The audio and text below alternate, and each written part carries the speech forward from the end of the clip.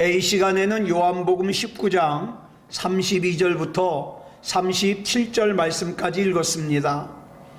오늘은 요한복음 52번째 시간으로 부제목은 완전하게 죽으신 예수님입니다. 완전하게 죽으신 예수님. 자, 오늘 본문 32절을 보면 이렇게 증거하고 있습니다. 시작. 군인들이 가서 예수와 함께 못 박힌 첫째 사람과 또 그 다른 사람의 다리를 꺾고. 자, 여기서 다리를 꺾고 그랬잖아요. 표현을 부드럽게 한 겁니다. 실제로는 로마 군인들이 십자가 사형수의 다리를 어떻게 합니까? 빨리 죽게 하려고 쇠몽댕이로 때려가지고 다리를 분질러요. 그러면 이 다리에다가 힘을 주고 쓸 수 없기 때문에 온 체중이 다 손에 가잖아요. 그러면 폐를 눌러서 질식해서 죽습니다. 그래서 예수님과 함께 못 박혔던 두 강도는 그렇게 다리가 으스러지면서 질식해서 죽었습니다. 이제 마지막으로 예수님 차례가 됐습니다.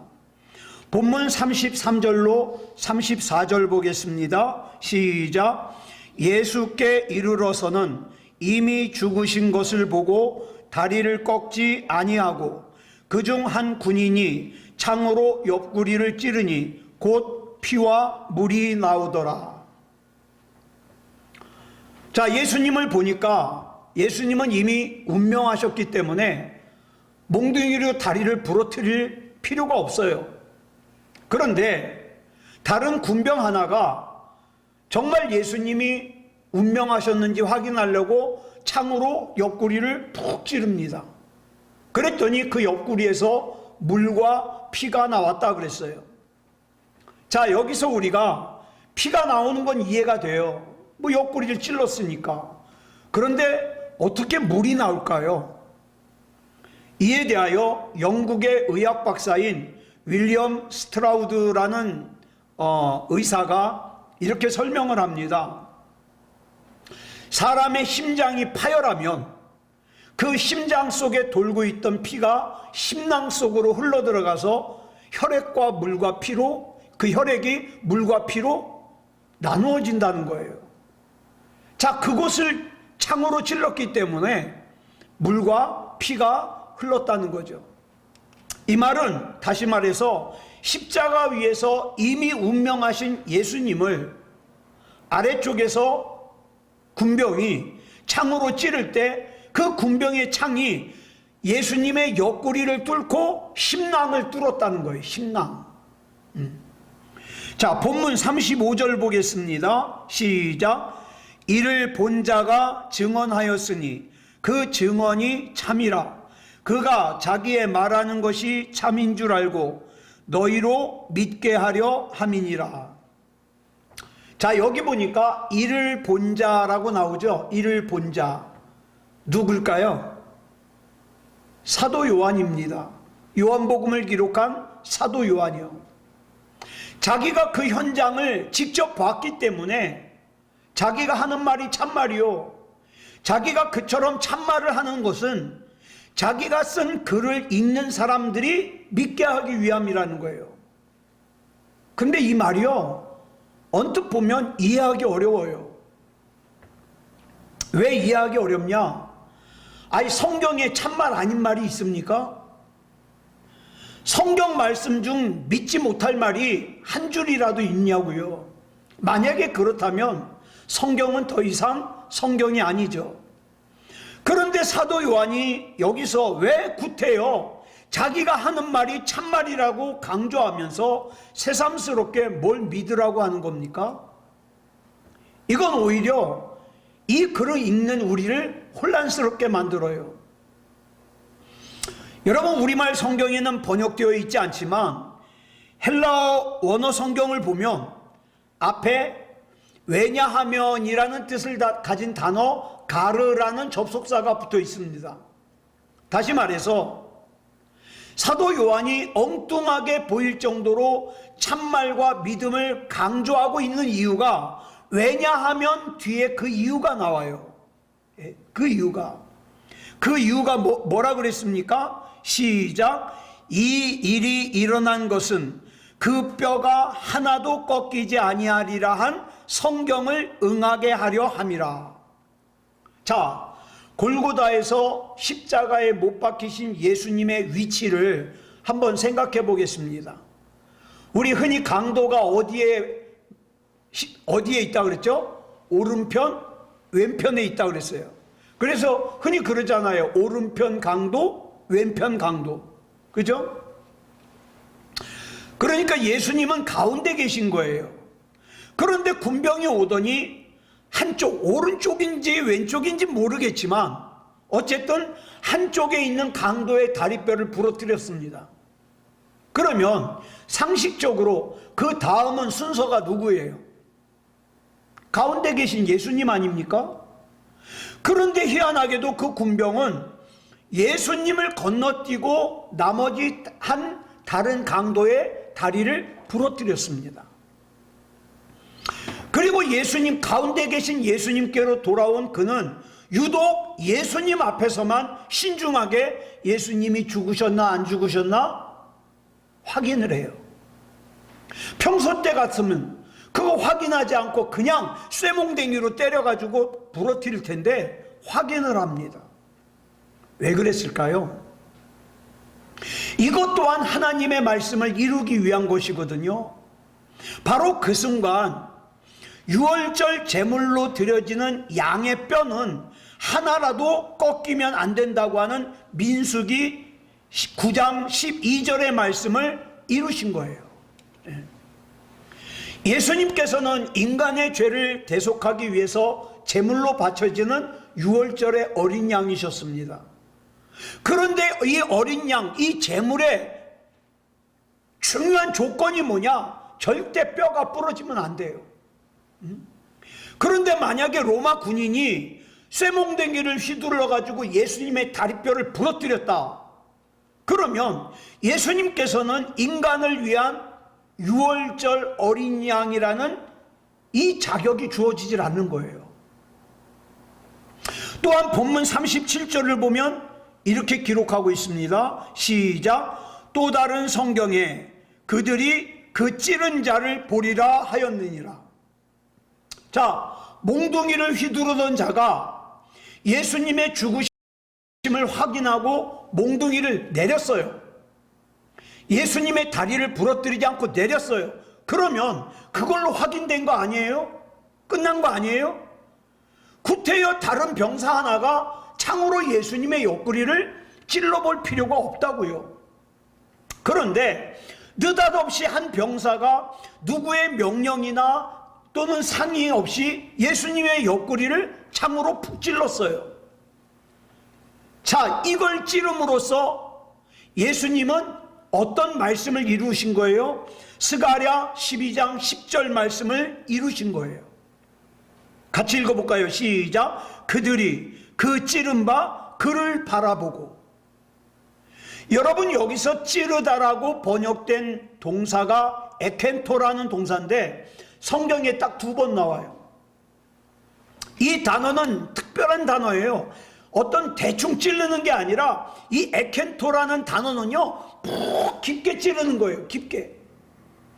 즉 예수님의 옆구리를 찌른 창이 그냥 어느 정도 들어간 게 아니라 예수님의 심장을 관통할 때까지 깊게 찔렀다 이 말이에요.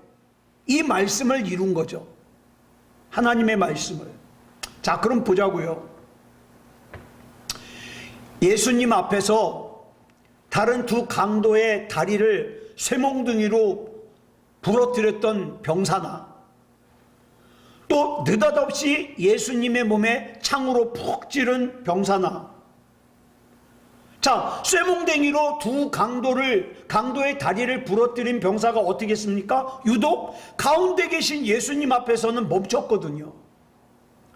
그 두 사람이 그들로서는 대수롭지 않게 한 행동이지만, 그러나 하나님께서는 그들을 통하여 하나님의 말씀을 어김없이 성취하고 계셨던 거예요.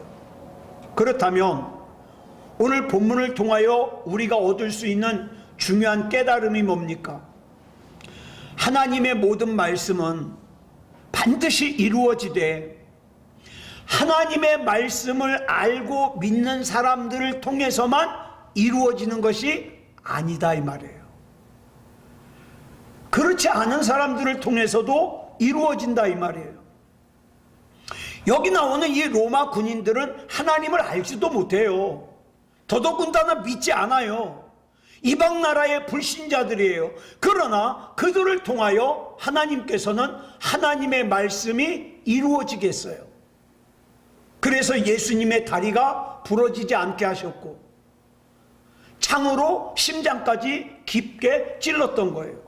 그러므로 우리가 잊지 말아야 할 것은 하나님을 알든지 모르든지 믿든지 믿지 않든지 상관없이 이 세상에 있는 모든 인간들은 예외 없이 하나님의 말씀을 이루는 도구들이라는 사실이에요. 그러니 하나님을 믿는 저와 여러분은 더 말할 필요가 없죠. 더 말할 필요가 없죠. 자, 십자가에 못 박히신 예수님께서 마침내 운명하셨습니다. 로마 군인 중에 한 사람이 예수님의 죽음을 확인하기 위해서 창으로 옆구리를 찌르니까 물과 피가 흘러내렸다 그랬습니다. 이것은 뭐예요? 이미 그 전에 예수님께서는 심장파열로 운명하셨다는 뜻이에요. 그때 마지막 순간까지 아니야, 예수님은 그래도 마지막에 짠 하면서 십자가에서 내려오실 거야. 우리 예수님이 어떤 분인데, 그러면서 예수님에 대하여 인간적인 기대를 버리지 않았던 자들의 실망이 얼마나 컸겠어요. 마침내 예수님이 죽으셨어. 이제 다 끝났어. 오죽했으면 예수님의 제자들이 뿔뿔이 흩어져 도망갔겠습니까? 그 예수님의 죽음의 현장에 예수님의 제자 중에 유일하게 목격자로 남아있던 제자가 사도 요한인데, 사도 요한마저 예수님께서 운명하신 것을 확인할 때에 어찌할 바를 알지 못한 채 예수님의 시신만 바라보고 있었습니다. 자, 이제 상황이 암울한 거예요. 절망적인 거예요. 낙심이 충만해요. 오늘날에도 마찬가지입니다. 하나님에 대하여 인간적인 기대를 가지는 사람들이 있어요. 하나님이 살아계시면 나한테 이렇게 해주실 거야. 하나님이 살아계시면 나 부자 만들어 주실 거야. 하나님이 살아계시면 나 이 병 고쳐주실 거야. 인간적인 기대를 하는 사람들이 있어요. 그런데 그렇게 하나님을 바라보다가 하나님이 하시는 일이 자기가 기대한 것과 자기가 바란 것과 달라지면 어떻게 합니까? 예배를 떠나요. 흩어집니다. 그런 반면에 본문 38절을 보면 이런 사람들이 나와요. 시작. 아리마대 사람 요셉은 예수의 제자이나 유대인이 두려워 그것을 숨기더니 2일 후에 빌라도에게 예수의 시체를 가져가기를 구하매 빌라도가 허락하는지라. 이에 가서 예수의 시체를 가져가니라. 자, 보세요. 예수님의 제자들은 사도 요한 빼고 다 도망갔어요. 시체가 뭘 뜻합니까? 절망을 뜻하죠. 이제 상황이 다 끝난 거예요. 그렇기 때문에 가족 외에 다른 사람이 그 죽은 사람의 시체를 달라고 하는 경우는 거의 없어요. 그런데 아리마대 사람 요셉이 빌라도에게 가가지고 예수님의 시체를 달라 그래요. 이 아리마대 사람 요셉이 어떤 사람입니까? 다른 사람이 볼까봐 자기가 예수님 믿는 거를 갖다가 드러내지 않았던 사람이에요. 네? 자, 이 아리마대 요셉이 예수님의 시체를 가져다가 어떤 이익을 얻기 위해서가 아니에요. 마태복음 27장 57절을 보면 아리마대 사람 요셉은 이미 부자예요. 그렇기 때문에 돈을 벌기 위해서 다른 사람의 시체를 가져갈 필요가 없는 사람이에요. 그럼에도 불구하고 이 아리마대 요셉이 예수님의 시체를 요구한 이유를 본문 41절로 42절에서 설명하고 있습니다. 시작. 예수께서 십자가에 못 박히신 곳에 동산이 있고 동산 안에 아직 사람을 장사한 일이 없는 새 무덤이 있는지라. 이날은 유대인의 준비일이요 또 무덤이 가까운 고로 예수를 거기 두니라. 자, 본문이 말하는 새 무덤은요, 어떤 무덤이냐면 아리마대 사람 요셉이, 자, 마태복음 27장 60절을 보면은 아리마대 사람 요셉이 나중에 자기가 죽으면 자기가 들어가려고 예비해 놓던 무덤이에요. 자, 우리가 이걸 알려면 이 이스라엘의 팔레스타인의 풍습은요, 무덤을 갖다가 한 번만 사용하고 마는 게 아니에요. 거기다가 시신을 갖다 놓으면 시신이 썩어 없어지잖아요. 그러면 나중에 또 다른 죽은 사람이 거기 들어가요. 계속 들어가요. 무덤을 계속 사용하는 거예요. 그런데 예수님을 장사 지낸 이 무덤은 아리마대 사람 요셉이 나중에 자기가 처음 들어가려고 사놓은 아주 새 무덤이에요. 자, 이로 보아서 이 아리마대 사람 요셉이 예수님의 시신을 내달라고 빌라도에게 요구했던 이유는 뭐겠어요? 정성을 다하여 자기가 들어가려고 준비했던 그 무덤에 예수님을 장사 지내드리기 위해서예요. 그뿐만 아니에요. 본문 39절로 40절은 이렇게 기록하고 있습니다. 시작. 일찍이 예수께 밤에 찾아왔던 니고데모도 모략과 침향 섞은 것을 100리트라쯤 가지고 온지라. 이에 예수의 시체를 가져다가 유대인의 장례법대로 그 향품과 함께 세마포로 쌌더라. 유대인의 장례법은요, 애굽이나 로마의 장례법과 달라요. 애굽이나 로마의 장례법은요, 죽은 사람의 몸에다가 내장을 다 끄집어낸 다음에 방부제를 잔뜩 넣어가지고 썩지 않게 하는 거예요. 그런데 유대인의 장례법은 어떻게 합니까? 죽은 사람 몸에다가 향품을 바르고 어떻게 해요? 세마포로 싸요. 그러니까 쉽게 썩죠. 자, 그런데 우리 지난 2주 전인가 주일날 나누었던 니고데모가 여기 또 나와요. 이 니고데모는 산헤드린 의회의 의원이에요. 게다가 부자예요.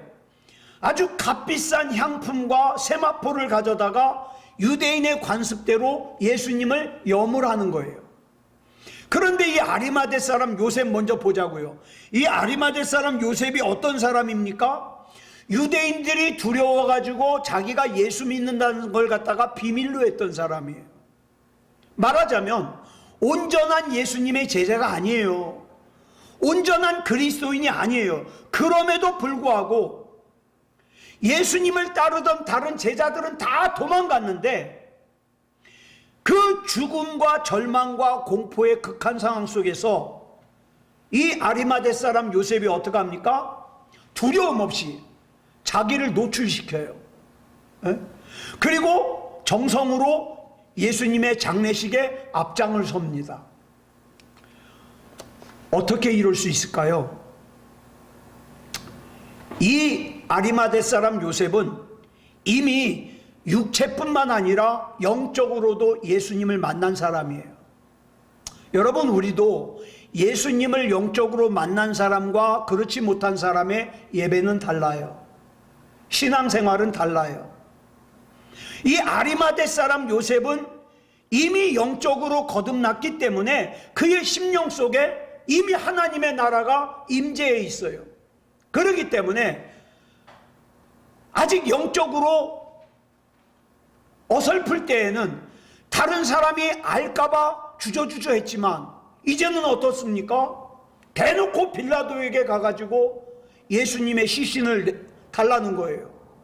정성으로 장례를 지내기 위해서. 또 요한복음 3장에 나오는 니고데모도 그래요. 니고데모는 도덕적으로 흠이 없는 바리새인이라 그랬어요. 또 사회적으로는 산헤드린이라고 하는 의결기관의 71명 중에 한 명이에요. 막강한 권력을 가지고 있죠. 경제적으로도 100리트라 향품을 낼 정도로, 이 100리트라는 가치가 2억 원이 넘는다 그랬어요. 이걸 낼 정도로 경제적으로 부유한 사람이에요. 그런데 이런 니고데모가 예수님을 밤에 찾아왔던 날, 사람은 거듭나야 하나님의 나라를 얻을 수 있다는 걸 배웠어요. 바꿔 말해서 그날 밤 주님을 만난 니고데모는 예수님을 구주로 영접하고 어떻게 해요? 그리스도 안에서 하나님의 나라의 사람으로 거듭났던 거예요. 그래서 하나님의 나라가 이 안에 임하고 나니까 어떻습니까? 더 이상 두려운 게 없어요. 산헤드린 의회에서 다른 사람들이 예수님을 체포할 것을 결의할 때에 이 니고데모가 어땠습니까? 어떻게 했습니까? 아니, 언제부터 우리 법이 이 사람의 잘잘못을 따지지 않고 체포했냐? 그러면 안 된다. 이렇게 지적했던 사람이 니고데모예요. 이처럼 니고데모와 아리마대 사람 요셉은 그리스도 안에서 진짜로 예수님을 구주로 영접한 하나님의 사람이 된 거예요. 그렇기 때문에 본문에서와 같은 참 제자다운 행동을 하는데 주저하지 않았죠. 그 다음에 이제 이어지는 8장에 보면 요한복음 20장 1절에 이제 예수님께서 부활하시는 장면이 나와요. 요한복음 20장 1절 보겠습니다. 시작. 안식 후 첫날 일찍이 아직 어두울 때. 여기서 안식 후 첫날은 언제를 말하냐? 주일날을 말해요. 한번 다시 점검해 보자고요. 금요일날 오후에 예수님께서 십자가에서 운명하셨습니다. 그리고 금, 토, 일, 그래서 예수님께서 사흘째 되는 날 주일 새벽에 부활하셨습니다. 다시 말해서 그 사흘 동안 그 육체를 떠난 예수님의 영혼이 어떻게 해요? 어디 가 있었던 거예요. 그렇다면 우리는 여기서 굉장히 중요한 질문을 해야 돼요. 뭐냐? 예수님의 시신이 아리마대 사람 요셉의 무덤에 누워있는 동안 예수님의 육체를 떠난 예수님의 영혼이 어디가 계셨을까? 이게 중요한 거예요.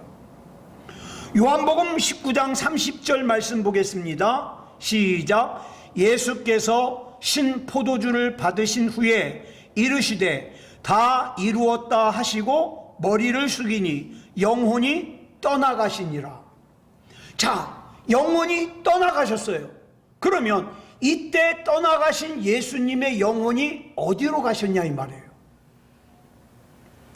예수님의 영혼도 예수님의 육체와 함께 죽으셨을까요? 그랬다면 예수님께서 운명하시기 전에 누가복음 23장 43절에서 한쪽에 있는 강도,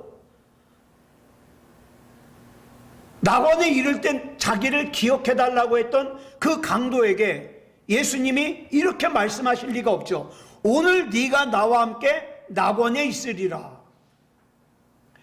여기서 지금 예수님께서 말씀하신 너와 나의 어떤 것인가? 육체가 아니에요. 낙원에 있는 것은 육체가 아니에요. 어딥니까? 영혼이에요. 영혼. 게다가 마태복음 17장에 보면 우리가 소위 변화산 사건이라는 것이 나오죠. 예수님께서 산 위에 올라가셨을 때 하늘에서부터 모세와 엘리야가 내려와요. 예수님과 대화를 나눕니다. 모세가 어떤 사람입니까? 예수님께서 이 땅에 오시기 1500년 전 사람이에요. 이미 그 육체가 죽었어요. 그리고 모압 땅에 장사 지냈습니다. 그렇지만 그 모세의 영혼이 어디 있던 거예요? 하나님의 나라에 있던 거예요. 모세의 영혼이 살아있다면 예수님의 영혼이 육체와 함께 죽어버렸다는 것은 말이 되지 않아요. 더욱이 누가복음 23장 46절을 보면 예수님께서 이렇게 말씀하셔요. 시작. 예수께서 큰 소리로 불러 이르시되 아버지 내 영혼을 아버지 손에 부탁하나이다 하고 이 말씀을 하신 후 숨지시니라. 자, 운명하시는 예수님께서 당신의 영혼을 아버지 손에 부탁하셨어요.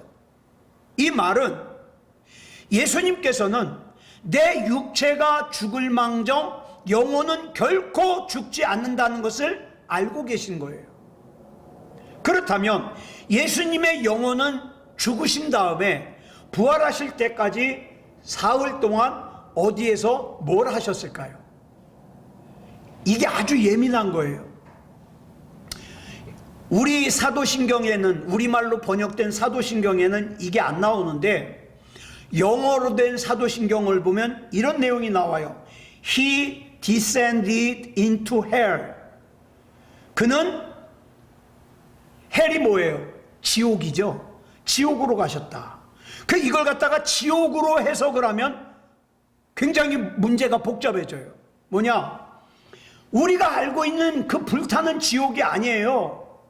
그럼 여기서 말하는 헬은 뭐냐? 죽은 사람들이 가는 음부를 뜻해요. 음부.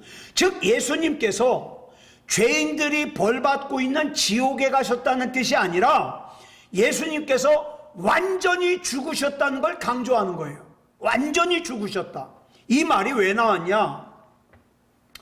초대교회 때 사도 요한이 이 복음서를 기록할 때 어떤 이단들이 있었냐? 예수님은 하나님이시기 때문에 진짜 죽으신 게 아니다. 십자가에서 진짜 죽으신 게 아니다. 그냥 죽은 척 하신 거다. 이렇게 주장하는 사람들이 있었어요. 그래서 사도신경에 아니다. 예수님은 죽은 척 하신 게 아니라 실제로 완전하게 죽으셨다. 이걸 고백하는 내용이에요. 사도 요한이요, 이 내용 말고도 요한 2서 1장 7절에서 이렇게 예수님께서 육체로 세상에 오심을 부정하는, 아니다, 예수님은 사람의 몸을 입지 않았다, 원래 하나님이시다, 그래서 십자가에서 죽으신 게 아니라 죽은 척하는 거다, 이렇게 주장하는 사람들을 사도 요한이 뭐라 그랬냐? 미혹하는 자 또는 적그리스도라 그랬어요. 경계하라 그랬습니다. 그러므로 우리는 이 내용에 대하여 예수님께서 사망의 권세까지 정복하셨다는 뜻으로 받아들여야지. 어떤 사람들은 이렇게 얘기를 해요. 그 영문으로 된 사도신경을 갖다가 지옥이라고 번역을 해가지고 뭐라 그럽니까? 자, 사도신경이 나오는 He descended into hell, 이것은 예수님이 지옥에 가가지고 이미 지옥에 있는 사람에게까지 복음을 전하신 거다, 구원받을 수 있는 기회를 주신 거다, 이렇게 주장하는 사람들이 있어요. 이거 굉장히 위험한 거죠. 이건 이단이에요. 그러면 십자가에 못 박히신 예수님께서 운명하셨을 때 예수님의 영혼이 왜 음부로 내려가셨을까? 이건 신학적으로 굉장히 예민한 부분이에요. 제가 굉장히 존경하는 100주년 기념교회에서 목회하다가 은퇴하신 이재철 목사님이 여기 나오는 이 음부를 지옥으로 해석을 하셨어요. 그래가지고 뭐라고 말씀하셨냐? 지옥에 떨어진 사람들이 이미 다 끝난 사람이 아니다. 예수님께서 부활하셔서 지옥까지 가셨다. 죽으셔서 지옥까지 가셨다. 그래가지고 지옥에까지 복음을 전하러 가셨다고 해석을 하셨어요. 그래가지고 이 목사님이 이단 소리까지 들으셨던 거예요. 그러나 분명히 알아야 될 것이, 여기서 강조하는 것은 예수님께서 십자가에서 완전히 죽으셨다는 걸 강조하는 거지 지옥에 복음 전하러 갔다는 걸 강조하는 게 아니에요. 네. 예수님께서 완전히 죽으심으로 말미암아 이 세상에서 박해를 받고 죽은 성도들은 그 죽음 속에서도 생명을 잃지 않는 거다. 이걸 강조하는 거예요. 그래서 이 내용을 한마디로 정리하면 예수님께서 죽은 척한 게 아니라 실제로 죽음의 바닥까지 내려가심으로 인하여 복음을 믿고 복음을 지키기 위해서 죽은 성도들, 세상 사람들이 볼 때에는 비록 죽은 것 같아도, 실패한 것 같아도 하나님 앞에서 죽은 것이 아니라, 실패한 것이 아니라 살아있다는 걸 강조하는 신앙 고백이에요. 제 후배 목사님한테 들은 얘기예요. 이 목사님이 터키를 저보고 같이 가재요. 자기가 터키에 가가지고 그 지하 동굴을 보고서 은혜를 많이 받았대요. 그러면서 저한테 이렇게 물어봐요. 목사님, 그 카타콤이라고 하는 지하 동굴에 믿음이 좋은 사람들이 들어갔을까요? 믿음이 안 좋은 사람들이 들어갔을까요? 그 제가 그랬죠. 믿음이 좋은 사람들이 들어가지 않았어요? 그랬더니 아니에요, 목사님. 왜요? 이 카타콤에는 어떤 사람들이 들어갔냐? 세상에서 위협을 받았을 때 신앙을 지킬 만한 믿음이 없는 약한 사람들이 거기 들어갔다는 거예요. 그럼 믿음이 좋은 사람들은요? 밖에 있었다는 거예요. 그래가지고 그 밖에 있는 믿음 좋은 사람들이 어떻게 해요? 그 동굴 속에 있는 사람들이 먹을 걸 갖다가 옮기고 이렇게 해서 이 사람들이 살았다는 거예요. 그럼 밖에 있는 사람들은 어떤 사람들이냐? 그 동굴 속에 있는 사람들이 먹을 것 같은 거 이런 걸 이 사람들이 날르다가 어느 날 잡혔어요. 그러면 이 사람들은 나는 끝까지 예수님을 버리지 않을 거다. 이 신앙을 지키고 죽었다는 거예요. 순교를 당했다는 거예요. 근데 나는 그렇게까지 못해. 그런 사람들은 동굴 속에 숨었다는 거예요. 그러면서 그 동굴에 보면은 요만한 구멍이 한쪽에 있대요. 이게 뭐냐 하면 그 군인들이, 로마 군인들이 그곳에 그리스도인들이 숨어 있다는 걸 알고 막 잡으러 들어오면 출입구를 갖다가 돌로 막고 그 구멍에다가 창 같은 걸 갖다가 막 넣고 막 이런다는 거예요. 싸울 줄을 모르니까. 그러면 로마 군인들이 창이 막 들락달락 하니까 못 오잖아요. 그 사이에 그 뒤에 있는 사람들이 도망가서 숨었다는 거예요. 그러면서 목사님 그거 꼭 보셔야 된다고. 저는 얘기만 듣는데도 굉장히 놀랍고 은혜를 받았어요. 네. 자, 예수님께서 죽음의 밑바닥까지 내려가심으로 복음을 믿고 죽은 성도들이 비록 눈에 보일 때는 실패한 것처럼 보이지만, 죽은 것처럼 보이지만 아니다. 그 사람들보다 더 밑바닥까지 내려갔던 예수님께서 부활하셨다. 부활의 첫 열매가 되셨다. 그러니 다른 그리스도인들은 더 말할 것도 없다. 이걸 강조하는 신앙 고백이라 이 말이에요. 그런데 중세시대에는 이 말씀을 죽은 자들에게도 복음이 전파되었다. 이미 죽은 사람들도 다시 구원받을 수 있는 기회가 있다. 이래가지고 지옥에 있는 사람들을 천국으로 옮긴다고 해가지고 뭘 팔았어요? 면죄부를 팔았어요. 신천지는요, 뭐라고 주장하느냐? 자기네들의 영적인 계보만이 죽은 자를 다시 살릴 수 있다고 주장해요. 그러나 이거는요, 히브리서 9장 27절 말씀을 정면으로 부딪히는 말씀이에요. 뭐라 그랬습니까? 시작. 한 번 죽는 것은 사람에게 정해진 것이요 그 후에는 심판이 있으리니. 이 말씀과 충돌하는 거예요. 이미 지옥에 간 사람들은 옮길 수가 없어요. 그렇기 때문에 내가 이 땅에서 바꿀 수 있는 시간이 주어졌을 때, 기회가 주어졌을 때 나도 변하고 내 사랑하는 사람도 변해야 되는 거예요. 그 기회를 잃어버리기 전에. 말씀을 정리하겠습니다. 사도신경의 영문에 있는 He descended into hell이라는 이 고백은 예수님께서 이미 지옥에 있는 사람들에게 복음을 전해서 두 번째 기회를 주셨다는 뜻이 아닙니다. 예. 이 고백은 예수님께서, 인간의 몸을 입으신 예수님께서 인간이 죽음이 갈 수 있는 가장 깊은 자리까지 실제로 내려가셨다는 신앙 고백이에요. 죽은 척 했다는 것이 아니라. 그런데 예수님은 거기서 머물지 않으셨어요. 십자가에서 모든 죄값을 다 치르시고 죽음을 완전히 통과하신 후 부활로 죽음을 깨뜨리셨습니다. 그렇기 때문에 저와 여러분은 죽음이 두렵지 않은 거예요. 예? 무덤에 머물러 있던 예수님께서 부활하셨잖아요. 첫 열매가 되셨잖아요. 그 다음 열매가 저와 여러분이잖아요. 그러니까 두렵지 않은 거예요. 그러므로 복음을 믿고 신앙을 지키다가 죽은 성도들의 죽음은 패배가 아니다. 실패가 아니다. 하나님 앞에서 영으로 살아있는 생명의 상태다. 이걸 우리에게 가르쳐 주시는 거예요. 이것이 예수님의 죽으심에 대하여 사도신경에서 고백하는 내용입니다. 자, 오늘 이 밤에 저와 여러분 기도할 것이 있죠. 기도해야 합니다.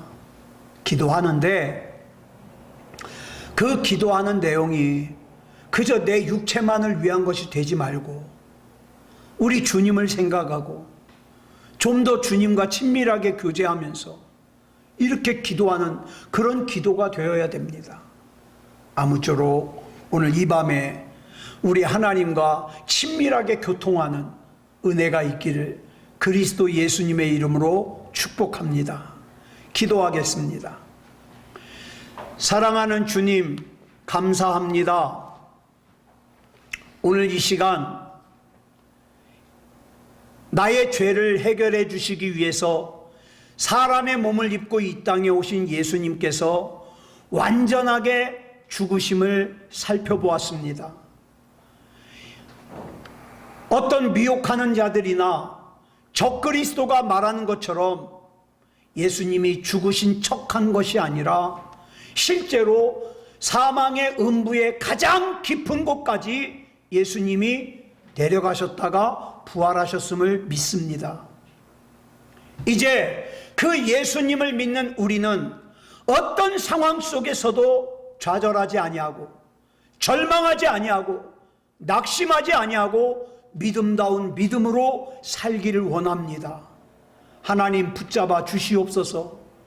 이 밤에 기도할 때에 연약한 우리의 기도의 말에 하나님 귀 기울여 주시고 내가 원하는 뜻대로가 아니라 내가 기대하는 방법대로가 아니라 하나님의 온전하신 뜻대로 인도하여 주시고 이루어 주시옵소서. 모든 것을 우리 주님 앞에 맡겨드리오며 그리스도 예수님의 이름으로 감사하며 기도드렸사옵나이다. 아멘.